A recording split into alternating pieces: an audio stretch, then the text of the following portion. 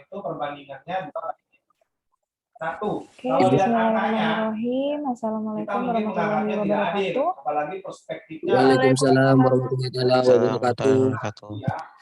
Ibu, saya izin oke, Ibu. Tapi sekali lagi, iya Mas Amir. Iya Mas Amir. Waalaikumsalam warahmatullahi wabarakatuh.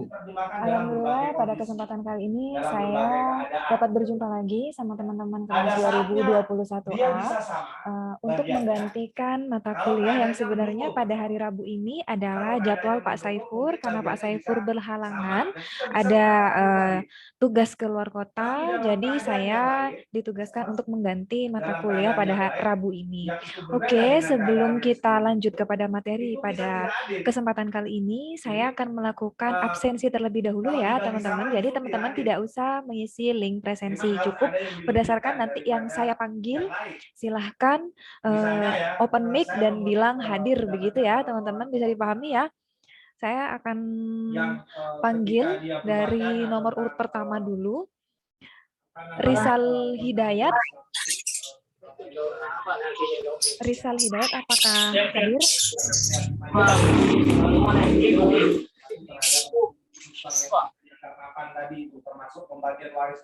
Oke, Mas Amir bisa dengar suara saya, Mas? Iya, Ibu bisa. Nanti Mas, ketika saya panggil, misalnya saya panggil yang lain, ada teman yang nggak hadir, nanti saya mohon konfirmasinya ya Mas, kalau misalnya ada yang izin ataupun terkendala apapun, nanti dibantu ya Mas Amir. Oh iya, baik Ibu. Ada memang beberapa teman-teman yang izin lewat chat WA nggak punya paket, baik Ibu. Oh iya, saya panggil dari yang pertama dulu ya, Rizal Hidayat, apakah hadir?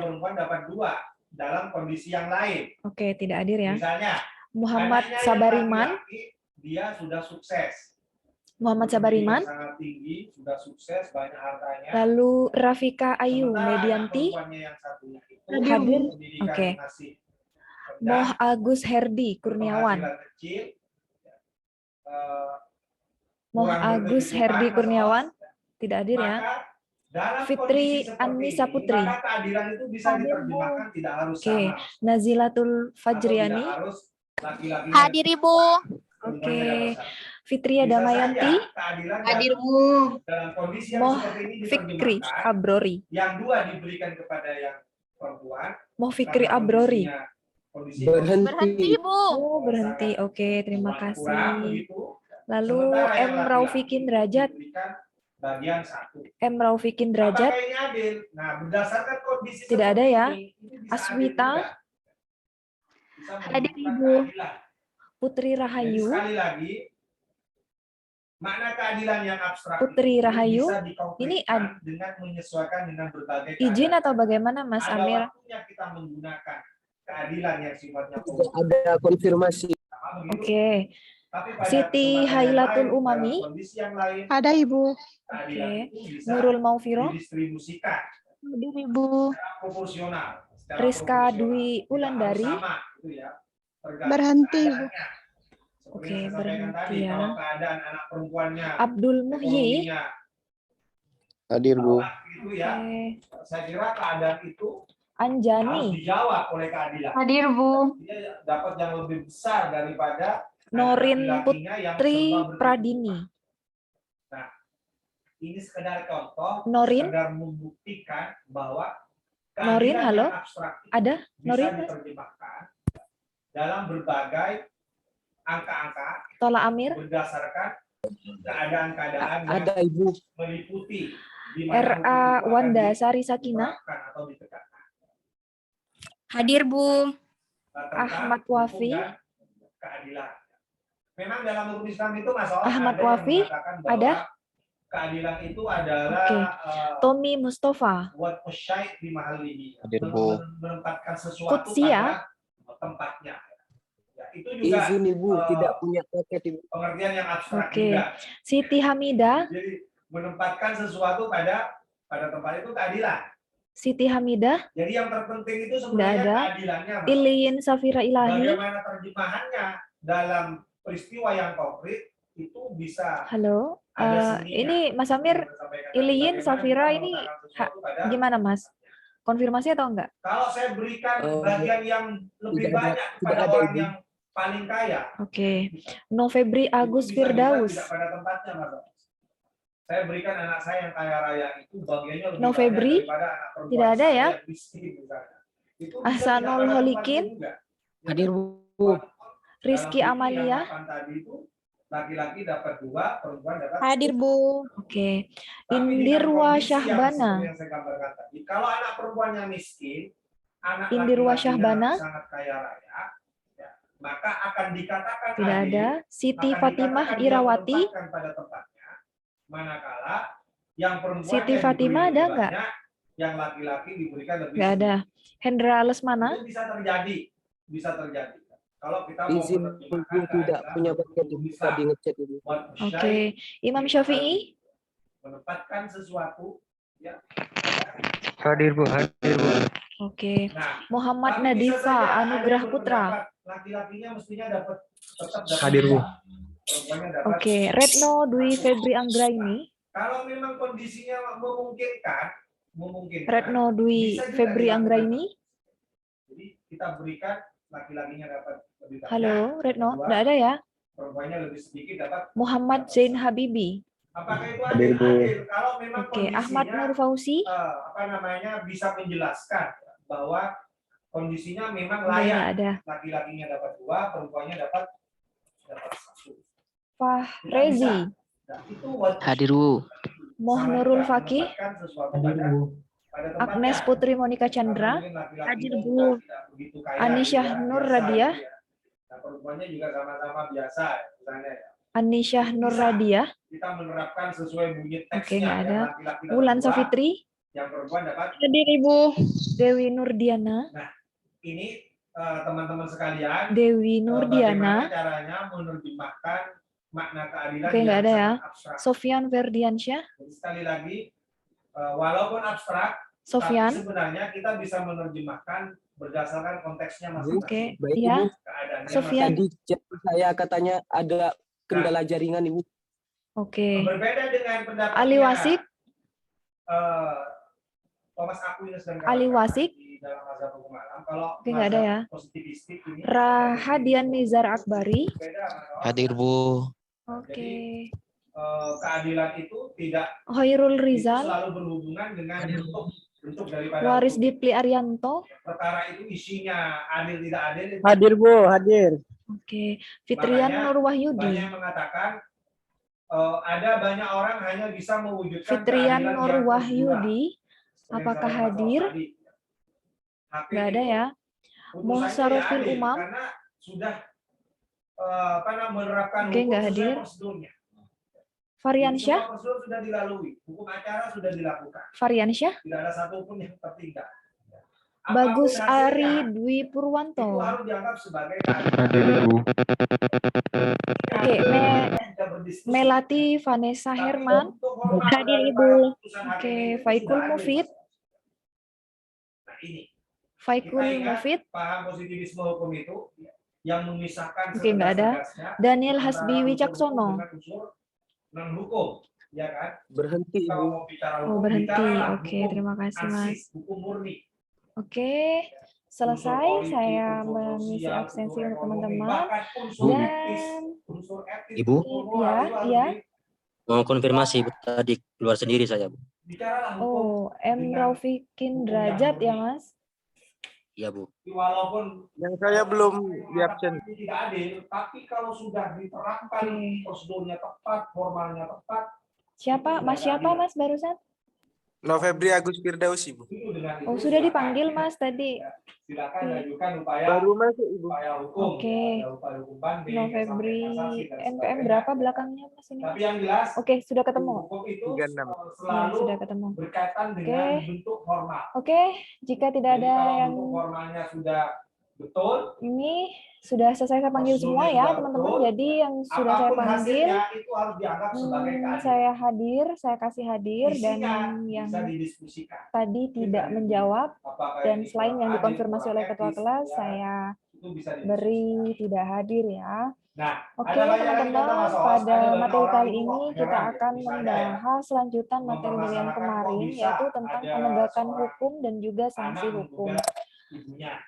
Di antara kedua materi ini ataupun dua istilah ini, baik itu penegakan ataupun sanksi, ini tentunya tidak asing lagi bagi rekan-rekan mahasiswa bahwa penegakan hukum dan juga sanksi hukum ini merupakan aspek yang sangat penting di dalam kita mempelajari ilmu hukum. Karena pada hakikatnya yang dikatakan sebagai penegakan hukum ini merupakan outputnya. Bagaimana kita sebagai subjek hukum ataupun nanti kemudian sebagai penegak hukum dalam melaksanakan atau mengimplementasikan apa yang telah dituangkan dalam suatu aturan itu. Kemudian sanksi hukum ini adalah merupakan punishment. Nah, punishment ini merupakan ikutan ataupun turunan dari norma-norma yang sudah ada yang kemudian akan diaplikasikan apabila ini tidak dikerjakan ataupun tidak dilaksanakan. Maka bagi para pelanggar yang tidak melaksanakan ketentuan yang sudah diatur akan diberikan sanksi. Ya, itu prolog dari saya. Jadi kita lanjut saja ke masalah law enforcement. Masalah penegakan hukum ini ada beberapa unsur di dalamnya. Yang pertama ini adalah kepastian, kemanfaatan, dan juga keadilan. Dan ini tidak terlepas dari tiga teori tujuan hukum. Nah, kenapa sih Ibu ini selalu saja yang namanya kepastian, kemanfaatan, keadilan ini selalu digaungkan. Dan ini selalu saja perlu kita tekankan di sini dalam mempelajari ilmu hukum. Karena pada dasarnya ketika suatu hukum yang tidak memenuhi suatu kepastian, misalnya yang dikatakan hukum tidak berkepastian adalah hukum itu masih tidak jelas ataupun belum diatur, sehingga ini belum memberikan kepastian pada masyarakat secara luas terkait norma-norma yang memang sudah ada, tapi itu normanya dilanggar, misalnya. Kemudian kemanfaatannya, ini bagaimana dari sisi kemanfaatan di masyarakat. Nah, sisi kemanfaatan di masyarakat ini juga berpengaruh terhadap penegakan hukum di masyarakat.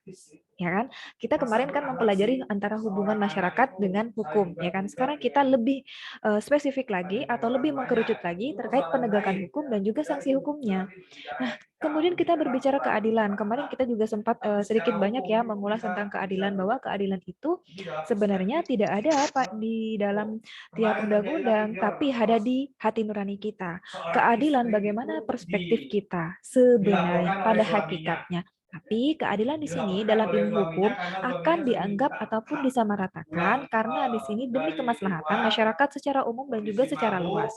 Di sini Bardana Nawawi Arif ini mengartikan atau mendefinisikan penegakan hukum ini sebagai suatu proses. Sebagai suatu proses dilakukannya upaya untuk tegaknya atau berfungsinya norma-norma hukum secara nyata sebagai pedoman dalam berperilaku, dalam melakukan aktivitas, dalam berkomunikasi, dan juga melakukan hubungan-hubungan hukum di dalam kehidupan bermasyarakat dan juga bernegara.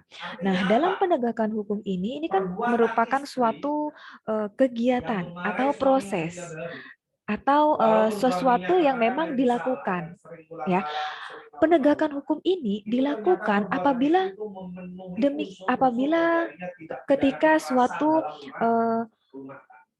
hukum itu dilanggar. Ya, hukum itu dilanggar.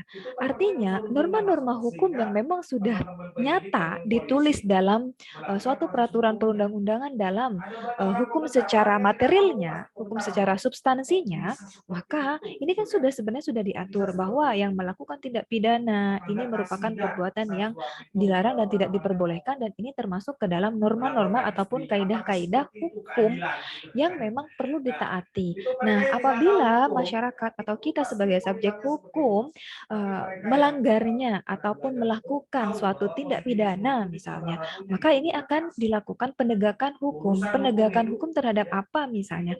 Terhadap norma itu. Misalnya dia melakukan pembunuhan, melakukan pencurian. Yang ditegakkan hukum yang mana? Yaitu norma hukum yang pencurian dan juga pencemaran nama baik itu misalnya. Nah, di situ dari sisi pengertian penegakan hukum. Kemudian di sini mungkin teman-teman pernah mendengar atau familiar dengan istilah-istilah hukum yang seperti ini. Fiat justitia ruat celum. Meskipun dunia ini akan runtuh, hukum tetap harus ditegakkan. Ini adalah pemikiran-pemikiran yang sangat idealis, sangat kental dengan idealisme masyarakat yang memang cenderung atau menggaungkan yang namanya keadilan itu. Karena keadilan merupakan suatu hakikat yang setinggi-tingginya dan perlu dijunjung tinggi. Ini pemikiran dasar ya. Nah, hal ini yang kemudian diinginkan oleh kepastian hukum itu pula. Karena ada sebagian pendapat para ahli yang mengatakan bahwa dengan adanya kepastian hukum, maka yang namanya keadilan juga akan mengikuti. Karena kepastian hukum ini menunjukkan bahwa adanya konsistensi terhadap pengaplikasian hukum dan juga bagaimana hukum itu dijadikan sebagai pedoman dalam tata cara kita berperilaku, melakukan aktivitas, dan melakukan hubungan-hubungan hukum yang lainnya. Nah, kepastian hukum ini kan merupakan perlindungan yang justisiable ya. Jadi pencari keadilan. Jadi ketika kepastian hukum ini sudah dipenuhi, maka keadilan juga akan mengiringi ataupun mengikuti di belakangnya terhadap tindakan yang sewenang-wenang misalnya. Contohnya, kalau kita menganggap ya saat ini, sekarang yang lagi ramai juga diperbincangkan selain Permendikbud yang kemarin dibahas oleh Nadiem Makarim terkait pelecehan seksual, sekarang juga ada lagi info ataupun berita yang sedang hangat-hangatnya, yaitu terkait mafia tanah. Nah, mafia tanah yang seperti apa yang dimaksud di sini? Nah, kemudian kita cari dasar hukumnya. Apabila terjadi ataupun kita menemukan kekosongan hukum, lalu kekaburan hukum itu, lalu incomplete non, pertentangan, ya. Kemudian ini dianggap ataupun dimaknai bahwa hukum yang demikian ini merupakan hukum yang masih belum memiliki kepastian. Bagaimana Ibu mengatakan bahwa hukum yang seperti ini masih belum memiliki kepastian? Karena ketika ini akan diaplikasikan, ini akan tumpul. Pasal ini akan tumpul misalnya pada tindakan yang pada kasus mafia tanah itu misalnya. Nah, kepastian ini meskipun itu sudah diatur, meskipun itu sudah ada, tapi ketika ini diaplikasikan pada kasus-kasus tertentu, ini tidak dapat mengakomodir hal itu misalnya. Ini yang dikatakan belum memiliki kepastian hukum. Nah, ketika hal ini tidak mencakup kepastian hukum itu, maka para pencari keadilan, aspek-aspek keadilannya juga tidak akan terpenuhi di situ. Maka akan ada beberapa pihak yang merasa ini sangat merugikan dirinya. Dan ini sangat tidak adil ketika hal ini nantinya akan dirasakan oleh pihak-pihak yang lainnya. Nah, terhadap tindakan-tindakan yang sewenang-wenang seperti ini, misalnya terjadi kekaburan, maka ini akan dijadikan sebagai pasal karet misalnya, akan dijadikan sebagai pasal yang multitafsir mungkin, dan ini akan meringankan atau meloloskan dia dari jeratan hukum. Nah, pasal-pasal yang seperti ini kemudian cenderung akan disalahgunakan oleh para pemilik kewenangan itu. Ya, kewenangan siapa? Yaitu penegak hukum di sini. Nah, dari sini mengharapkan adanya kepastian hukum itu di dalam masyarakat itu lebih terarah, lebih tertib, dan lebih tersistematisasi. Kepastian hukum ini diwujudkan oleh hukum dengan sifatnya yang hanya membuat suatu aturan hukum itu memberi petunjuk kepada kita apa yang benar, apa yang tidak benar, meskipun pada hakikatnya benar tidak benar, salah atau tidak salah, lalu adil atau tidak adil, meskipun ini sifatnya sangat subjektif ya, sangat subjektif, tapi hal ini sudah diberlakukan secara general bahwa yang dikatakan boleh dan tidak diperbolehkan ini sudah diatur dalam peraturan perundang-undangan. Gunanya apa? Untuk menertibkan itu tadi, untuk mencapai kepastian hukum itu tadi, untuk mencapai keadilan itu yang sebesar-besarnya untuk kemaslahatan umat, misalnya seperti itu.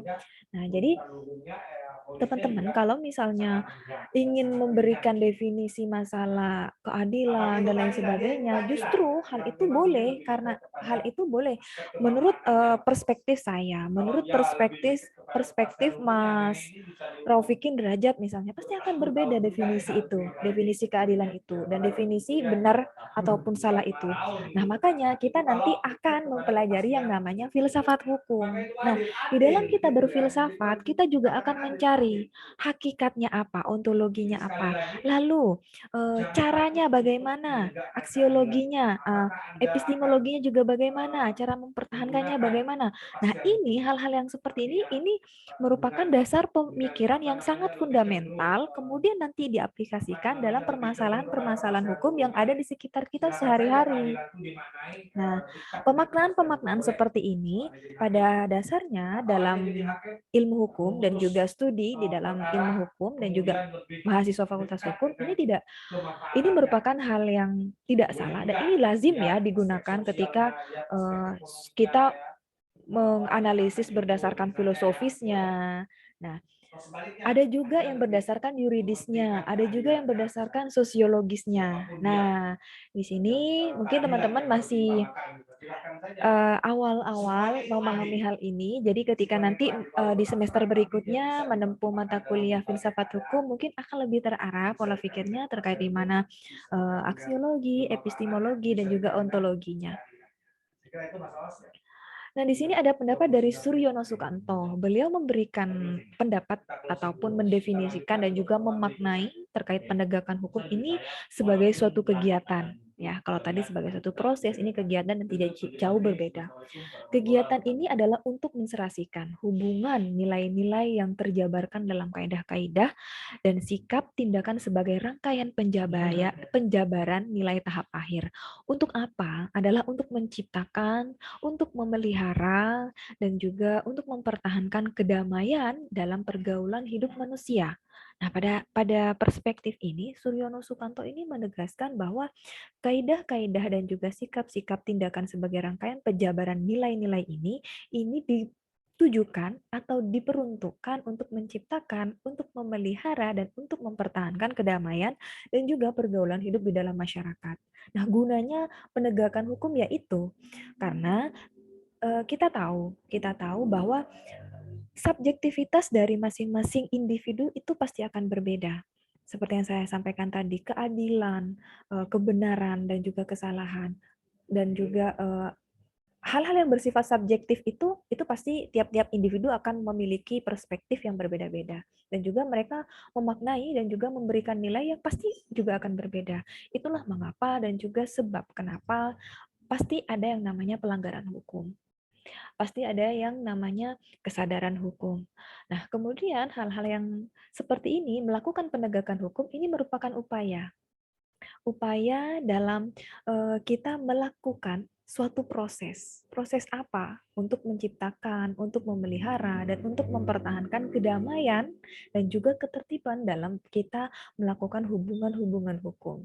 Nah, hubungan-hubungan hukum ini mungkin teman-teman sudah banyak mengetahui ya, hubungan hukum yang dimaksud misalnya kita melakukan perjanjian, kita melakukan pernikahan. Nah, ini merupakan contoh-contoh dari hubungan-hubungan hukum yang juga nantinya akan memiliki dampak hukumnya ataupun nanti akan memiliki konsekuensi secara yuridisnya seperti itu.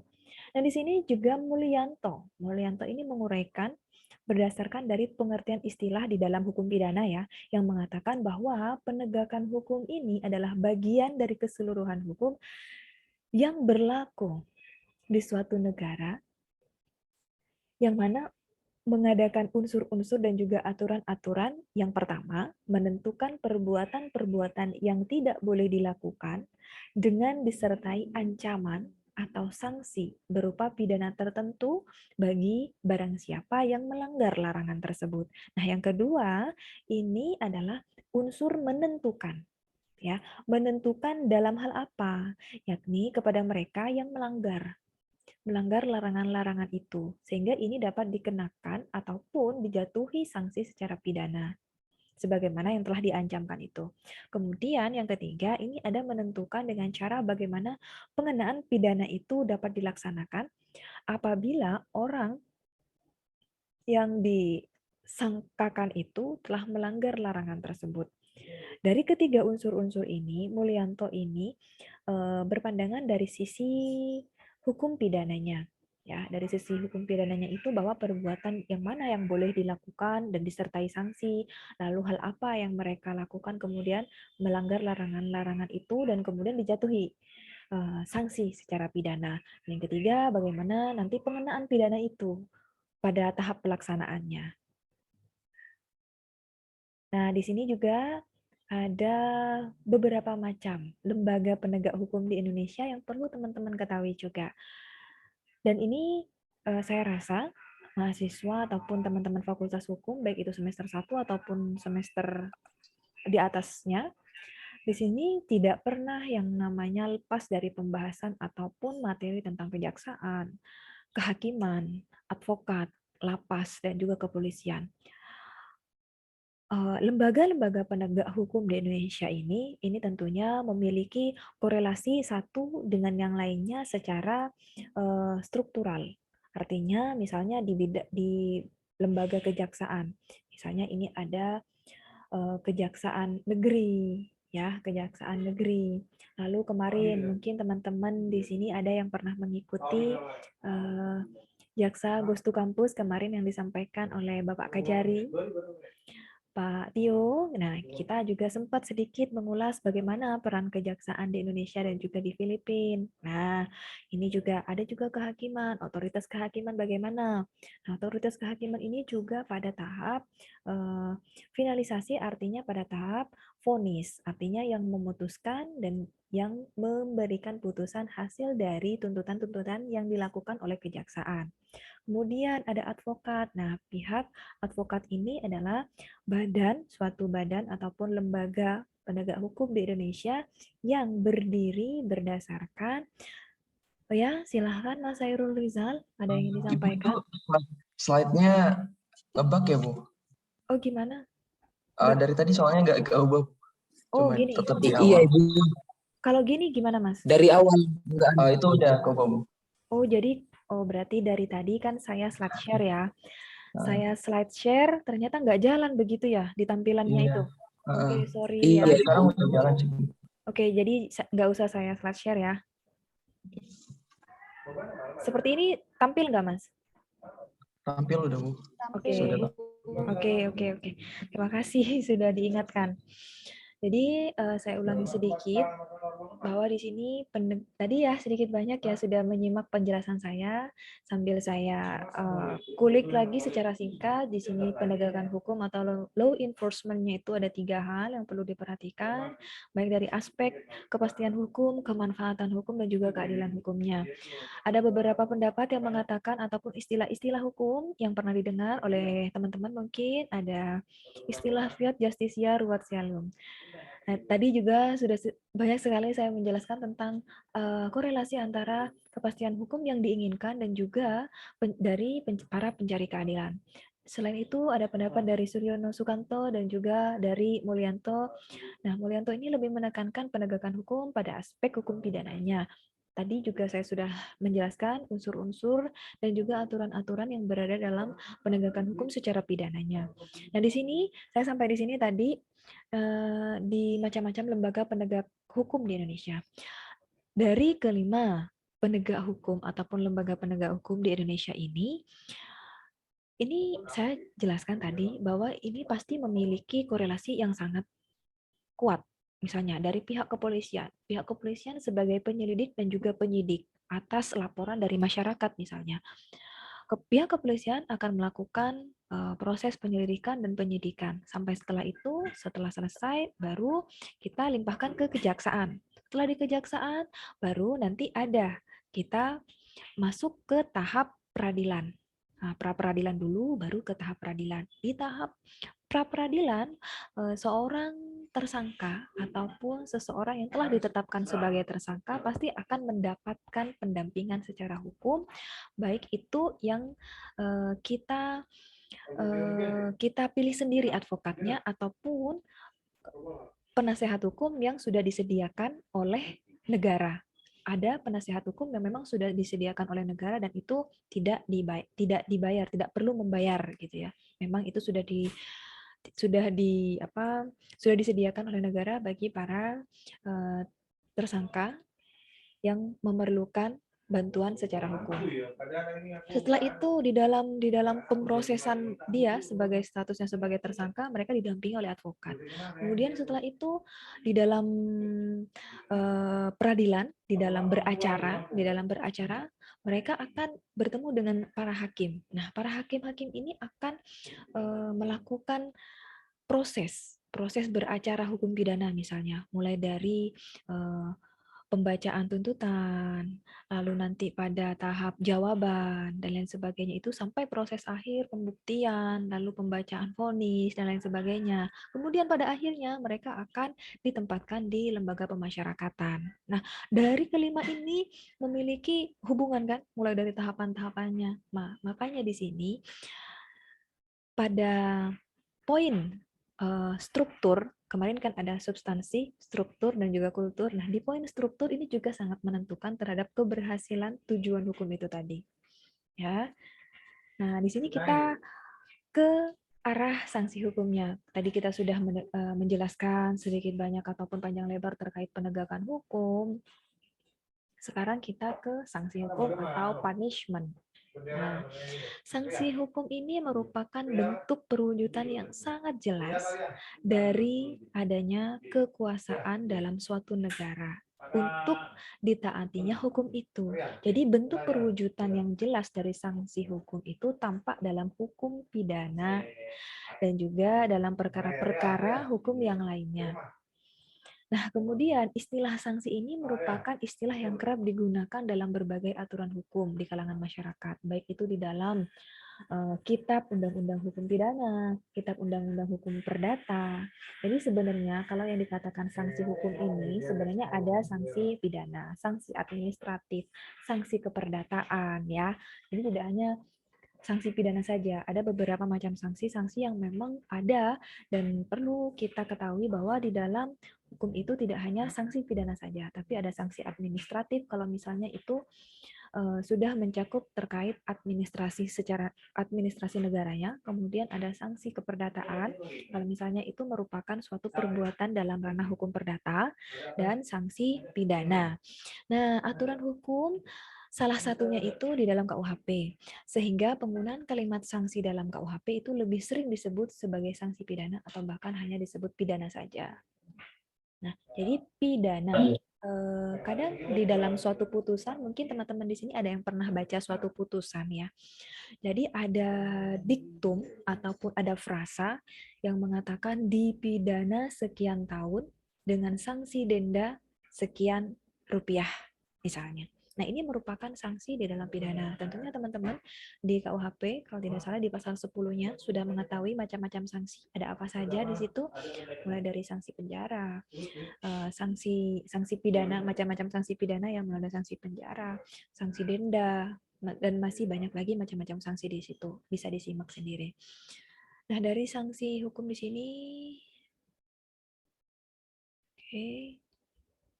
Ini ada beberapa pendapat juga dari Van Hammel, Simons, Sudarto, dan Ted Handerich. Mereka berbicara dalam ranah hukum pidananya terkait sanksi pidana, bahwa di dalam pidana ini menurut Van Hammel ini pidana atau sanksi pidana. Nah, dan ini lebih disederhanakan pada frase pidana daripada sanksi pidana. Jadi kita lebih mengenal istilah pidana daripada sanksi pidana, karena pada konteks ini yang dikatakan sebagai sanksi adalah sanksi pidana. Jadi Van Hammel ini mendefinisikan atau memaknai pidana ini adalah suatu penderitaan yang bersifat khusus yang kemudian ini dijatuhkan oleh kekuasaan yang berwenang. Nah, kekuasaan yang berwenang di sini adalah siapa? Kekuasaan kehakiman.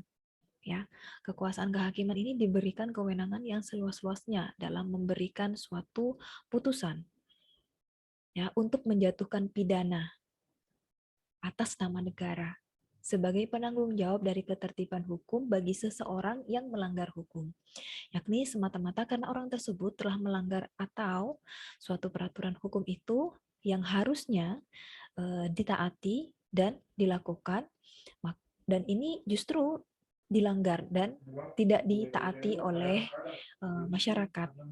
Beda halnya dengan Simon. Nah, di sini Simon memaknai bahwa hukum ini, sanksi pidana ataupun pidana ini merupakan suatu penderitaan yang oleh undang-undang dalam ranah pidana ini telah dikaitkan dengan pelanggaran terhadap suatu norma. Ya, terhadap suatu norma. Misalnya, di dalam hukum pidana ada norma, misalnya ada norma tentang pencemaran nama baik.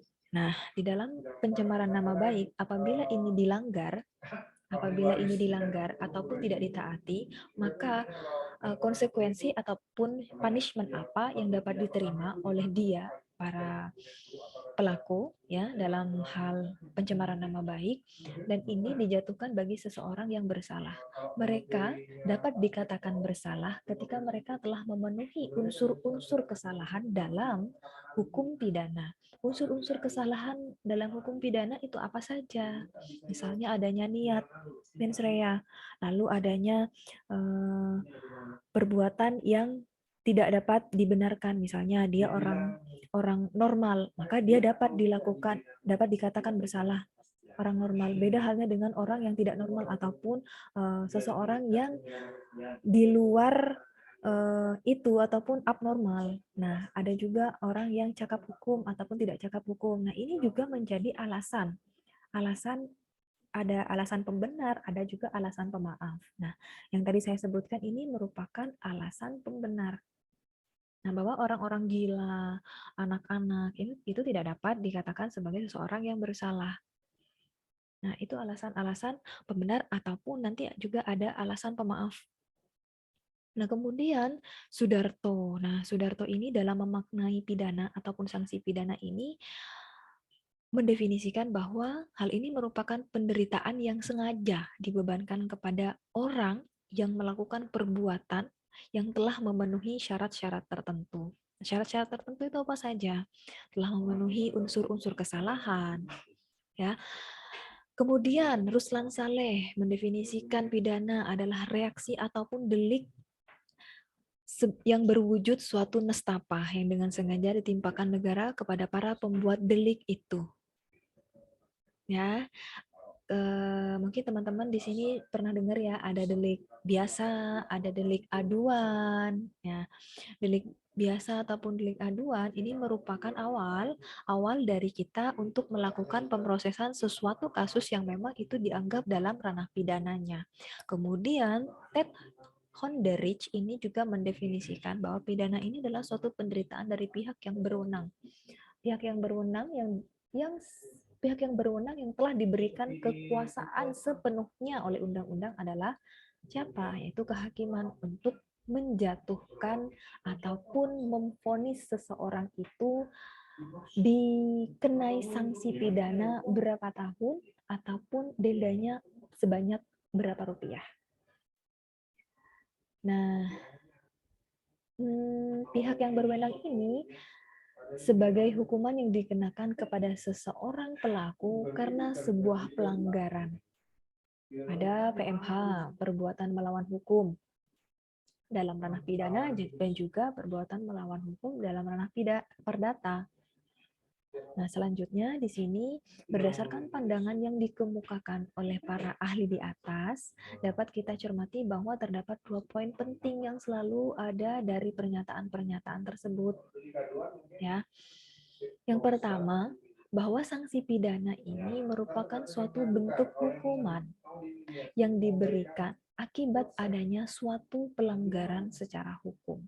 hukumnya dilanggar, maka ini akan mendapatkan hukuman ataupun sanksi. Yang kedua, poin yang kedua adalah sanksi pidana tersebut dijatuhkan oleh lembaga yang berwenang. Nah, ada satu lagi. Nah, sanksi pidana ini merupakan suatu bentuk nestapa ataupun suatu bentuk pembalasan terhadap apa yang telah dilakukan dan dilanggar agar kemudian hari mereka tidak melakukan perbuatan, tidak diulangi lagi perbuatan yang seperti itu sebagai bentuk pembalasan seperti itu. Nah, sehingga kita dapat memahami bahwa pada dasarnya sanksi pidana ini merupakan suatu hukuman sebab akibat. Sebab adalah kasusnya. Ya, sebab ini adalah kasusnya. Dan akibat adalah hukumannya. Maka orang yang terkena akibat ini akan memperoleh sanksi, baik penjara ataupun sanksi yang lainnya. Ada sanksi sosial di masyarakat. Mungkin di sini para pelaku kejahatan seksual yang kemarin sedang ramai diperbincangkan, ini merupakan perbuatan yang keji yang dilakukan oleh oknum kampus. Nah, kemudian sanksi sosial nantinya yang akan didapatkan, kemudian mereka dikucilkan dari lingkungan ataupun dunia kerjanya, misalkan. Itu udah sanksi sosial yang nantinya dapat diterima. Kemudian ada sanksi pidana juga yang perlu mereka pertanggungjawabkan di dalam ranah hukumnya. Nah, sanksi pidana ini merupakan suatu jenis sanksi yang bersifat nestapa, yang diancamkan atau dikenakan terhadap perbuatan atau pelaku perbuatan pidana atau tindak pidana yang dapat menanggung atau membahayakan kepentingan umum. Jadi di sini yang dilindungi adalah kepentingan secara umum, kepentingan orang banyak, dan ini merupakan suatu bagian dalam ranah hukum publiknya. Kalau kita berbicara masalah sanksi secara pidananya, sebenarnya di dalam ranah hukum keperdataan kita juga tidak akan terlepas yang namanya sanksi, cuma istilahnya saja yang berbeda. Nah, kalau di dalam hukum perdata kita mengenal adanya istilah wan prestasi.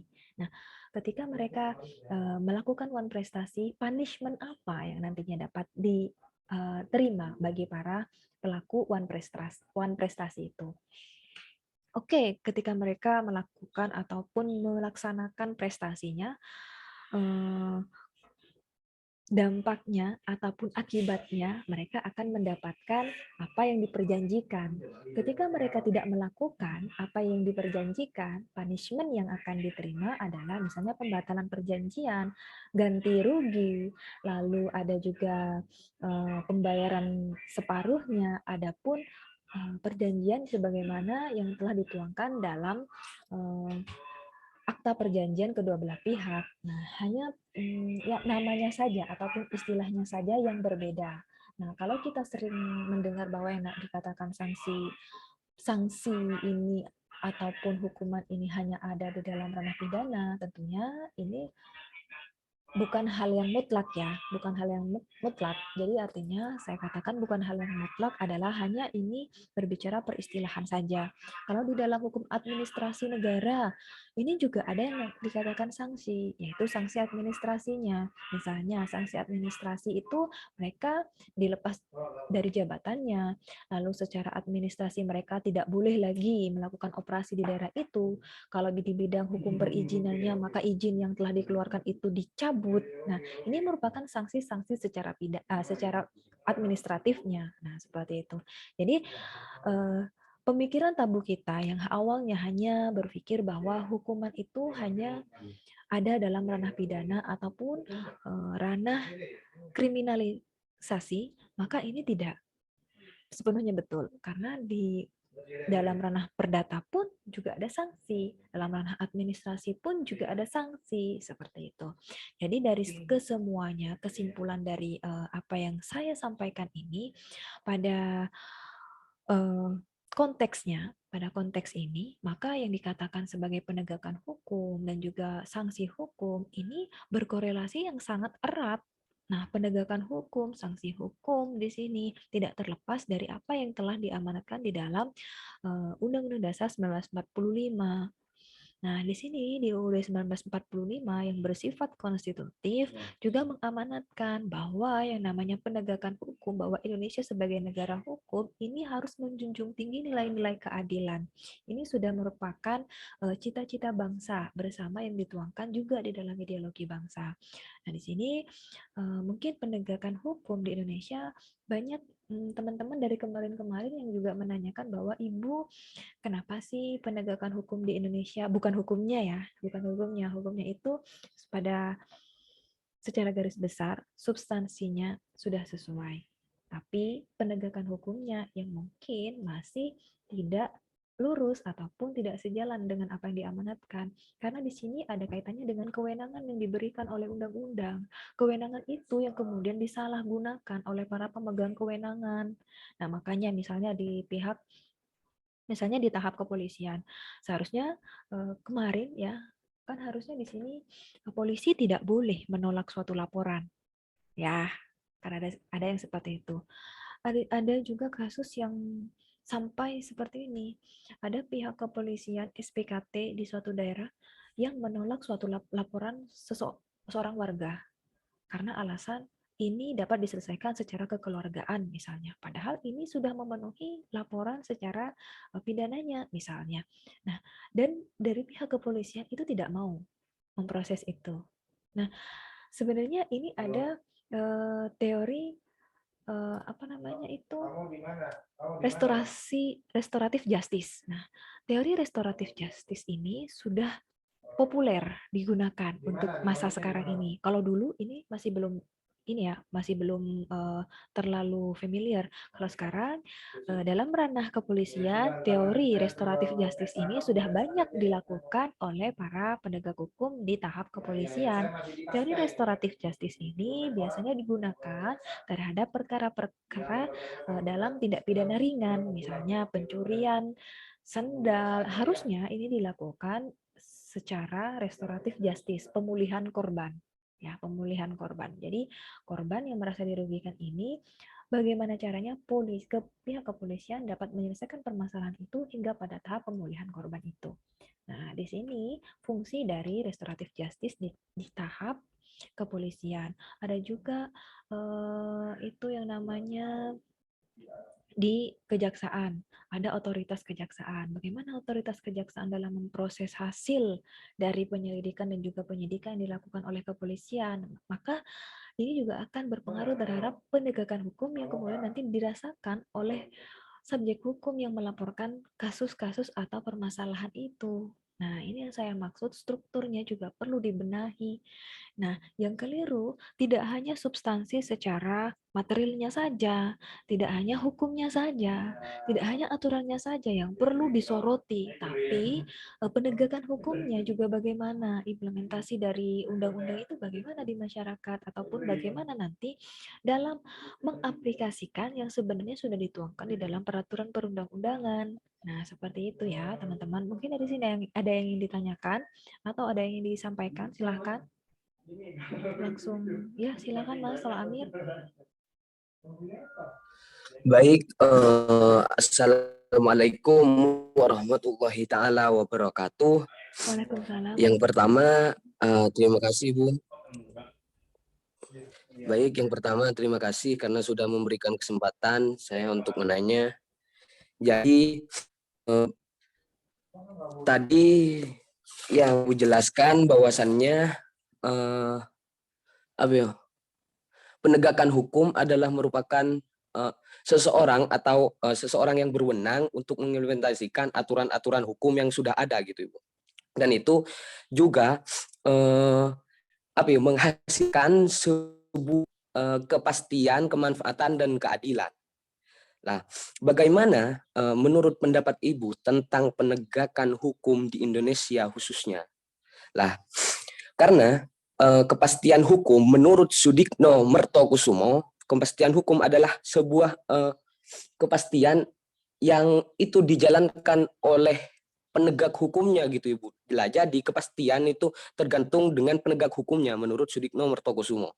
Nah, terus dan itu akan menghasilkan sebuah keadilan dan kemanfaatan bagi masyarakat. Nah, ada suatu misalkan ada polisi gitu Ibu.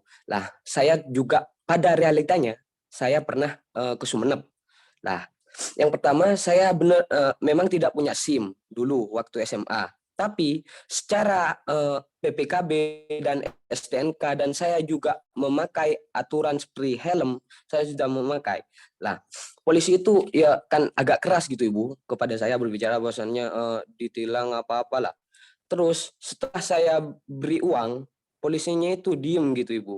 Kan itu juga termasuk dengan penegakan hukum. Bagaimana menurut Ibu tentang itulah?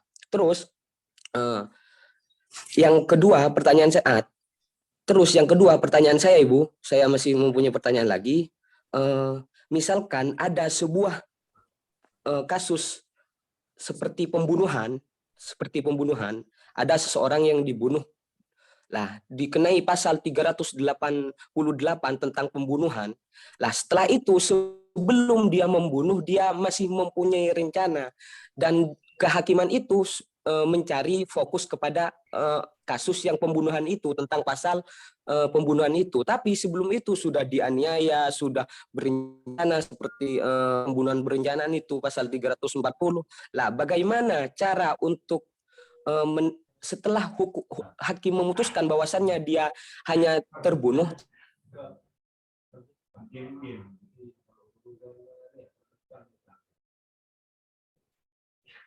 tapi sebelum mohon maaf Ibu, terkendala jaringan, sebenarnya dia sudah diperkosa gitu Bu. Bagaimana cara menambahkan pasal-pasal tersebut Ibu?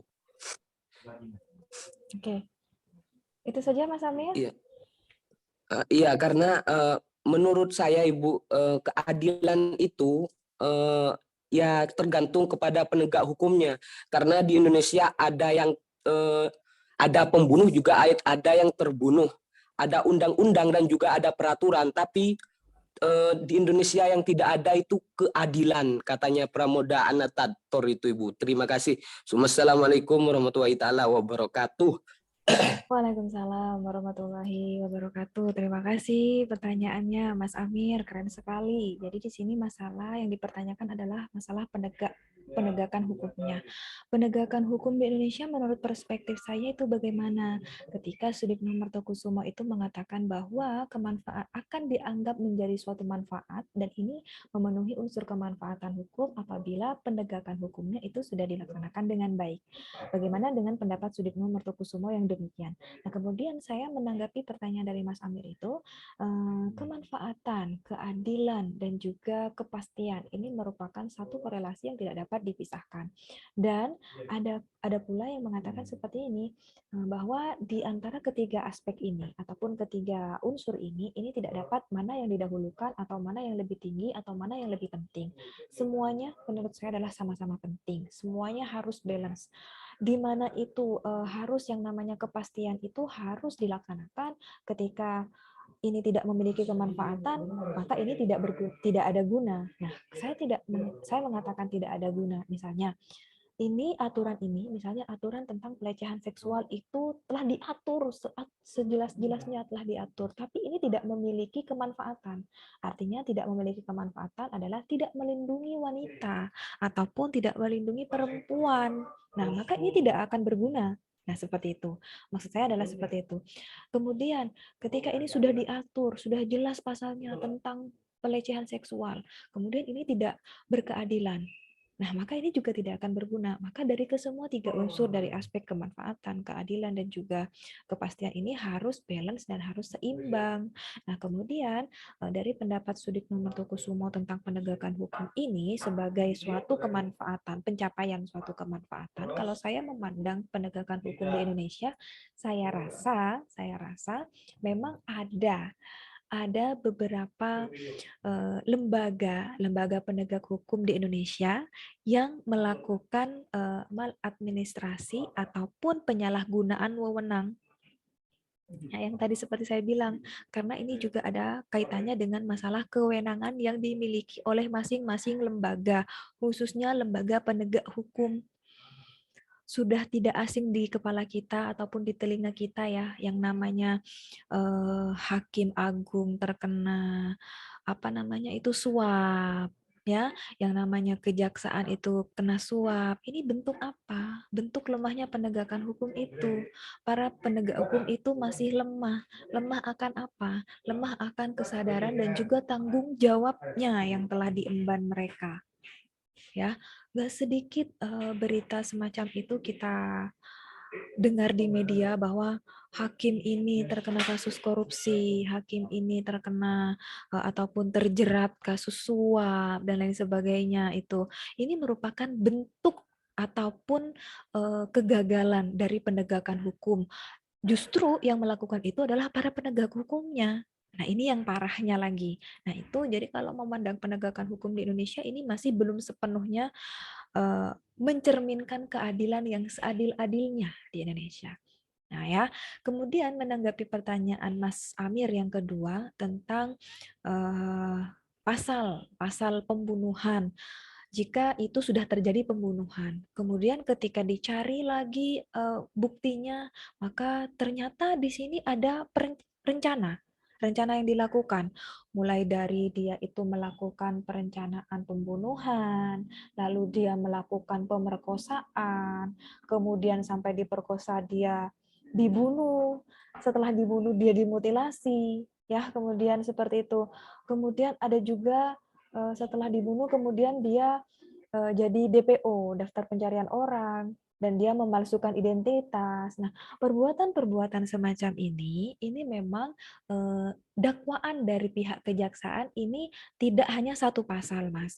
Kalau ini dirasa memberatkan, maka ini akan diakumulasikan. Nah, artinya di dalam ranah pidana ini ada pengakumulasian pasal. Nah, sebenarnya pasal utamanya misalnya adalah pasal pembunuhan. Nah, di dalam pasal pembunuhan kita lihat pasal yang paling berat ini yang mana? Maka itu yang akan diprioritaskan terlebih dahulu oleh hakim. Itu dicari dulu, dibuktikan. Nah, ketika pasal yang paling berat ini tidak mencukupi ataupun tidak terpenuhi unsur-unsurnya di dalam pasal itu, maka kita akan pindah. Kan ada tuh pasal subsidiar, pasal junto. Nah, ini maksudnya adalah itu, Mas, untuk mensiasati bahwa pasal yang telah didakwakan oleh kejaksaan ini tidak sampai pada di situ saja. Nah, kemudian pasal-pasal yang seperti ini akan dilakukan pasal pemberatan. Misalnya, sebelum dia melakukan pembunuhan, dia dilakukan pemerkosaan. Ini akan ditambahkan sepertiga dari ancaman dalam ancaman pidana di dalam pasal itu. Misalnya di dalam pemerkosaan dia sepertiganya akan ditambahkan di situ, Mas, dari pasal pokoknya. Nah, nanti bisa dibaca-baca lagi di hasil ataupun putusan yang ada di Mahkamah Agung, di portalnya itu ada beberapa kasus pidana, khususnya kasus-kasus pemerkosaan disertai pembunuhan disertai pemerkosaan dan juga disertai perencanaan, itu adalah ada beberapa, bahkan lebih dari 3, Mas.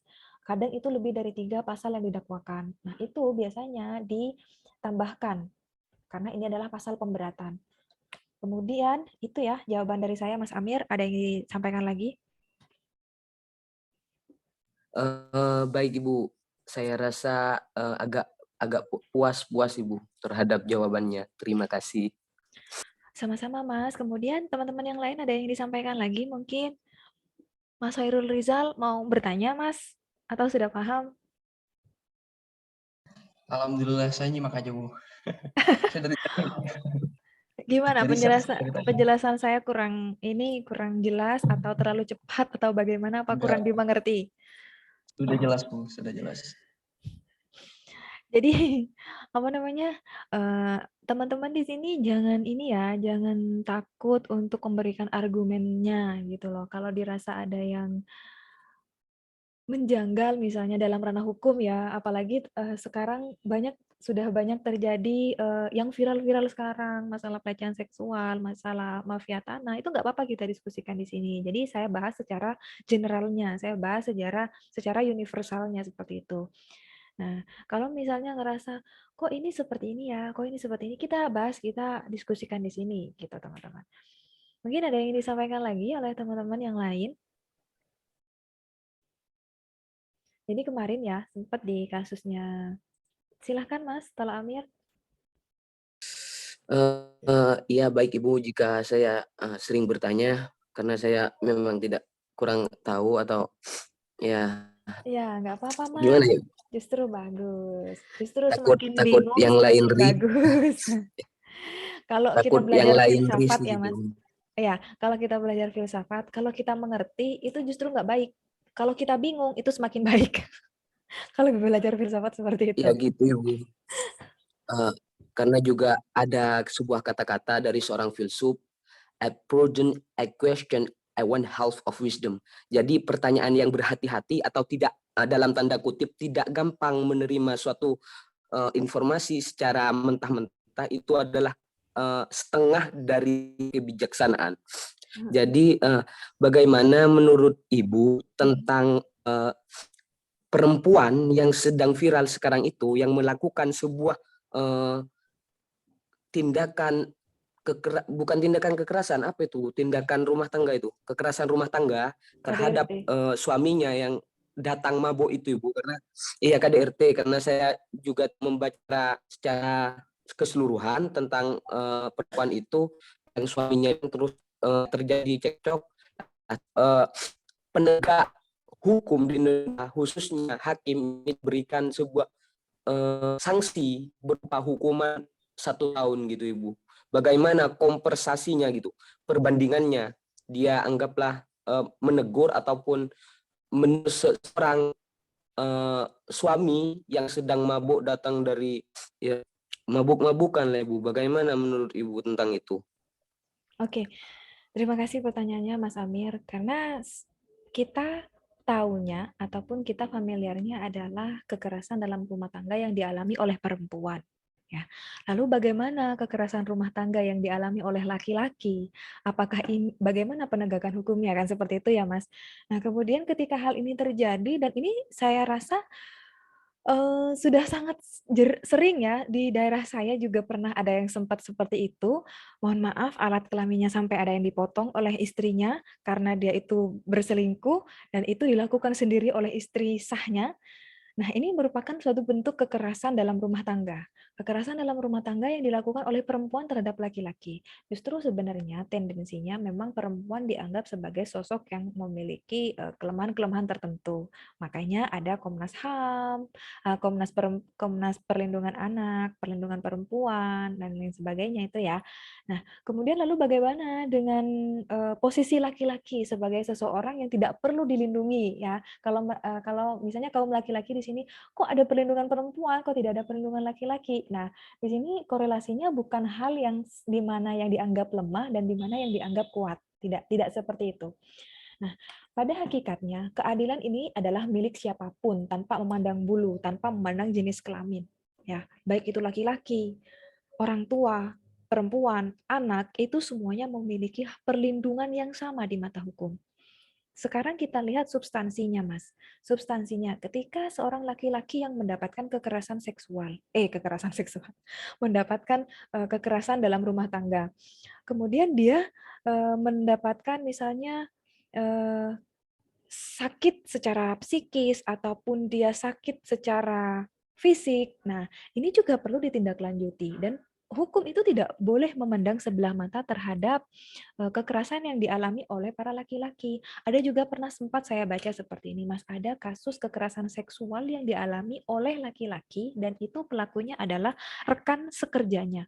Nah, laki-laki itu ketika show up memberikan pendapatnya di media, dia sudah berusaha menyelesaikan di dalam ranah di kantornya itu, di dalam ke bosnya, dia sudah melaporkan kepada atasannya, tapi tidak digubris dan dianggap bahwa kamu menganggap hal ini adalah sesuatu hal yang berlebihan.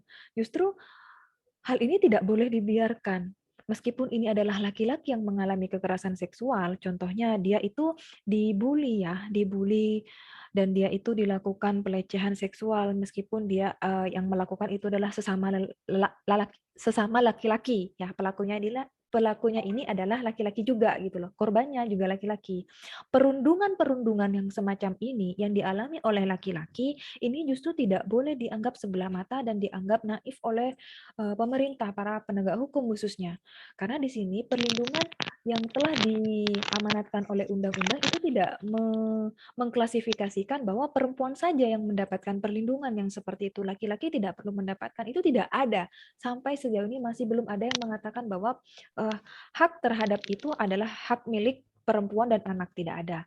Nah, jadi hemat saya, Mas Amir, hemat saya, jadi ketika terjadi kasus-kasus seperti ini, kasus kekerasan dalam rumah tangga yang dialami oleh laki-laki, lalu perundungan secara seksual yang dialami oleh laki-laki, ini tidak dan perlu diluruskan lagi bahwa tidak ada yang namanya siapa yang lebih kuat, siapa yang lebih lemah. Nah, tidak ada juga yang pada konteks ini siapa yang perlu dilindungi dan siapa yang tidak perlu dilindungi. Semuanya sama di mata hukum dan memiliki hak yang seadil-adilnya dan itu merupakan hak dari masing-masing individu. Ya, seperti itu Mas tanggapan dari saya. Baik, Ibu, terima kasih. Jadi untuk teman-teman yang mau nanya, silakan nanya. Mungkin di sini teman-teman yang lain sudah jelas ataupun sudah sangat paham Mas dari penjelasan saya. Jadi tidak ada yang perlu ditanyakan lagi. Kalau misalnya tidak ada yang ditanyakan lagi, saya bisa akhiri pertemuan kali ini. Terima kasih antusiasnya buat teman-teman. Dan tadi Mbak Norin ya, Mbak Norin mengabarkan via chat Zoom, katanya dia tadi pada saat dipanggil jaringannya tidak mendukung. Oke, terima kasih. Konfirmasinya Mbak. Saya juga Bu tadi Bu. Mas, ya yang Saya baru juga tadi. Oke, saya catat lagi tadi yang nggak dipanggil siapa? Atas Selain nama Moh Agus Herdi Kurniawan Bu. Moh Agus. Lanjut, siapa lagi? Saya Ibu Anisha Nuradia. Anisha. Lalu siapa lagi? Ibu Saya Ibu No. Siapa? Tadi Mbak? Ibu ada Iya.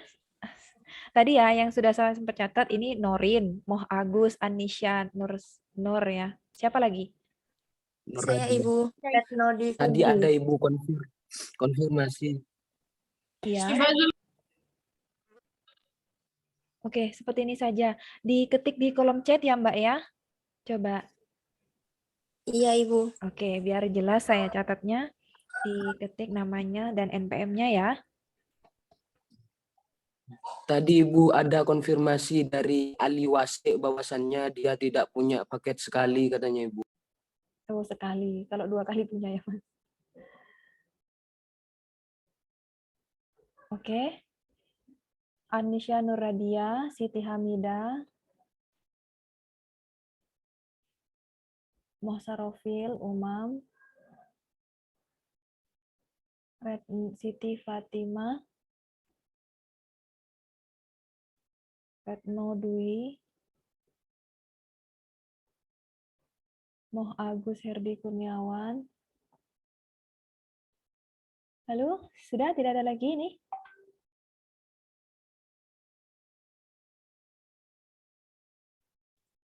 Oke, tidak ada lagi ya. Terima kasih.